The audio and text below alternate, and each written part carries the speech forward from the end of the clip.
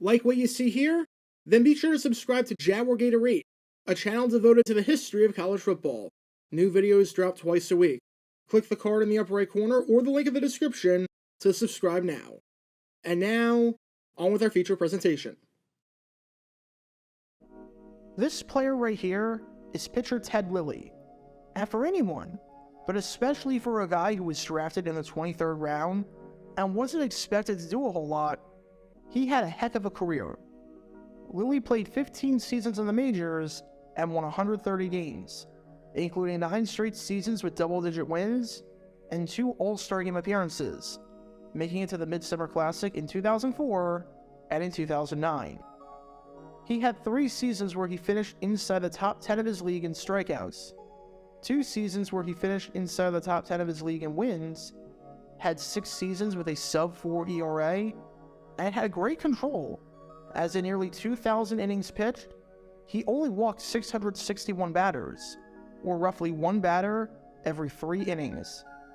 Only about 150 or so pitchers can say that they struck out over 1,600 batters during their time in the big leagues, and Lilly is one of them. He is part of that select few. Which raises the question, what was the craziest game of his career? He started 331 of them, spanning 3 different decades and 6 different teams. So of those 331, which one stands out for what he did on the mound? Well, the story behind a game that he had in 2008 against the Toronto Blue Jays, which was his return to Toronto after a few seasons there, is remarkable. Because not only did he deliver one of the greatest performances of his career, but if you need someone to thank for the performance, you can thank, of all people, a taxi driver. Seriously, no one knew it at the time, but a cab driver might have changed Lilly's entire outlook for the game, and it's a story that needs to be seen to be believed 15 years later. Because this is the story behind what has to be, considering the circumstances behind it, the craziest revenge game in the history of the Chicago Cubs organization. Before I talk about the actual performance in question, we need some context to understand the importance of this scheme, and in particular for Ted Lilly, why this scheme was so important to him. It's June 15, 2008, and as we're starting to approach the midway point of the season, we've got an interleague battle north of the border between the Chicago Cubs out of the NL Central and the Toronto Blue Jays out of the AL East. For the Cubs, this wasn't just a big game because it was the rubber match of the 3-game series, and you always want to walk away with a series win, but because it was a special start for Ted Lilly, as this was his return to Toronto. Lilly had been with the Cubs since 2007, after signing a 4-year deal with them following 3 seasons in Toronto from 2004 to 2006. As for how his tenure in Toronto was, well, let's just say it was a mixed bag, with a lot more negative than positive by the end of it. After making the All-Star Game in 2004, things quickly unraveled in 2005 when he had a losing record by posting an ERA of 5.56. And things didn't get a whole lot better in 2006, particularly with his infamous game against the Oakland A's, where he only went 2 1/3, allowed 8 hits, and with manager John Gibbons taking him out of the game.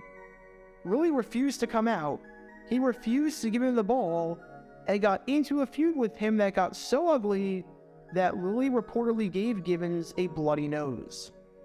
The two sides were not on the best of terms, and Lilly left Toronto having burned just about every bridge in the book. So this was an opportunity in Chicago to get revenge on his former team, and a team that he felt had wronged him for the way they treated him. The Blue Jays were a dysfunctional mess back then, and Lilly wanted out, saying after that whole ordeal, "Who knows how long I have left here?" And the Cubs really wanted Lilly, so much so that the general manager, Jim Hendry, signed him while he was in a hospital bed in Florida, having his heartbeat monitored. He's potentially about to die, and he's making the call to sign Ted Lilly. That's commitment right there.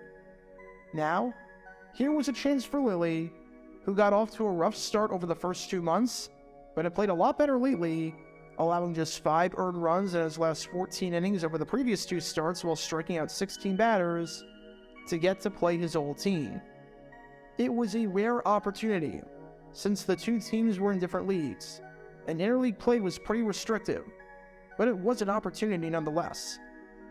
As for how people viewed Lilly in Toronto, well, for the most part, they didn't exactly view him as the one that got away. Fans were not exactly upset when he left. In fact, while there were some fans who had good feelings toward him, there were a lot that felt he was not very good at all. This was a guy that, over his last 2 seasons in Toronto, had an ERA of 4.82, which is not what you expect out of a guy that's supposed to be one of your aces and in your starting rotation. In 2006, the Blue Jays were making a serious playoff push, sitting at 57-48 and right in the thick of things for the wild card and even the division. And in the month of August, Lilly completely choked when they needed him most, as in 5 starts, with one of them being that infamous game against the A's, he posted an ERA of 8.63, allowing 23 earned runs in 24 innings, or nearly 1 earned run per inning, and a whopping 6 home runs. This was a guy who had a surprising amount of outings where he didn't even go 3 innings, including back-to-back outings under 2 innings in 2005, despite getting the start. This was a pitcher who could be absolutely brilliant on a good day, but absolutely frustrating more often than not, at least in Toronto. And that takes us to his time in Chicago and his 2008 battle against his former team, where he would be making a start for the first time after starting there for 3 years. Prior to the game, seeing as the Cubs didn't exactly stay at the stadium, as they stayed at a hotel, though not the Rogers Center Hotel, the Cubs needed to get transportation from their hotel to the venue. So all of the players called up cabs, and Ted Lilly happened to be in the cab with some of his teammates. Now, some cab rides are very quiet, where you interact with the driver to tell him or her where you're going, and then you thank them once they arrive, with lots of silence in between, outside of the occasional "how are you?" or "what brings you to Toronto?" being thrown in there. And some cab rides are the exact opposite, where you've got a driver who just likes to talk, and a driver that likes to make conversation with his passengers. Whatever your preference is fine, as people feel differently on this issue. Heck, you might feel differently based on what time of day it is. However, as you can probably guess, this was one of those chatty drives, where the driver wanted to talk with his passengers in the back seat. Now, the cab driver had no idea whatsoever that he was picking up a bunch of players on the Chicago Cubs. No clue at all. Why that was the case? I'm not entirely sure. Seeing as if a bunch of athletic guys approached my taxi and said they needed to get to a stadium, even though the game wasn't for another 4 hours, I would probably raise my suspicions. However, the cab driver and the passengers, who were the Cubs players, of which Ted Lilly was one of them, were talking. And somehow, the conversation eventually got to baseball. How it got to baseball? I'm not sure. But at some point during the combo, since it felt appropriate, and since the driver clearly knew his stuff and loved the game, one Cub player asked the driver what he thought of Ted Lilly. As for what the driver said, not knowing that Lilly was in the back seat, he replied, "Ted Lilly? He stinks." Yep, you heard that right. The driver said on the day of Lilly's start to Lilly's face, even though he didn't realize it, that Lilly was not good. I guess he was one of the many in Toronto who had hard feelings toward how Lilly left Toronto and how that whole situation just soured, especially by the end. And as if this game wasn't motivating enough, the cab driver just gave Lilly some more motivation and threw more fuel onto the fire without even realizing it. This is almost like the scene in The Last Dance where Michael Jordan says that he took an offhand comment personally. That's exactly what this felt like. Because now, not only did Lilly have something to prove against his former teammates, against the organization, and against the fans that booed him. But if that wasn't enough, and as if winning the rubber match wasn't enough, he had something to prove against his own cab driver. As for how the game turned out, well, Lilly pitched incredibly. This was the Ted Lilly that people thought they were going to see in Toronto. And to be fair, they eventually did, except it was with a different uniform. Ted Lilly definitely did not stink on this day, contrary to what the cab driver might have thought. In fact, he had one of the best outings of his entire career. Lilly went 6 innings and allowed just 1 hit, striking out 6 batters in the process. He only went 6 innings despite that because he threw 110 pitches. But if we're going by the Bill James game score metric, this outing would have ranked as his #1 outing if it came during the 2006 season, as in his last season with Toronto. In other words, it was one of the best performances Toronto fans had ever seen out of him. It was the first time all season that he didn't allow a single run over his outing. It was the first time since joining the Cubs that he did this in an actual outing, not counting his 2 starts in 2007 where he didn't allow a run, but left before the 3rd inning, and was the first time he did this for real since August 10th, 2006, nearly 2 years before. The last time Lilly went at least 6 innings and allowed 1 hit and no earned runs was actually never. This was the first time that had happened, where Lilly's final stat line had no runs and 1 hit or less. It was that spectacular of an outing for him.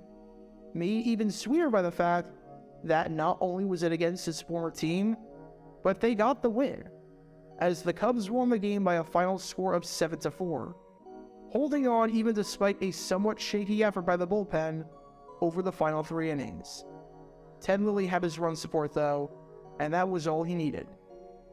And after the game, all the cab driver could do was laugh. He was a good sport about the whole situation, and said, "I guess I motivated him." Again, not sure he needed any extra motivation, but if he did, you sure as heck gave it to him. No doubt about that. But it just goes to show you that sometimes inspiration and motivation come from the strangest and unlikeliest of sources. Sometimes it comes from a parent or a close friend. Sometimes it comes from a mentor or a teammate or a sibling or a coach. Sometimes it comes from a fan, and you want to deliver on a promise you made to the fan. And in the case of Ted Lilly in 2008, it came in the form of an unsuspecting cab driver. Get your official Jaguar Gear 9 merchandise by going to jj9shop.com, and be sure to like and subscribe, as it really helps the channel out a lot. Join me every Wednesday night where we'll play NFL Trivia for cash prizes at 9 p.m. Eastern over on Twitch. To learn more about the history of college football, subscribe to Jaguar Gator 8. To learn more about the history of Major League Baseball, subscribe to Jaguar Gator 7. Also, special thanks to all of our Patreon supporters for helping out the channel. Your support is greatly appreciated. See how you can become a patron and request future video topics in the description below.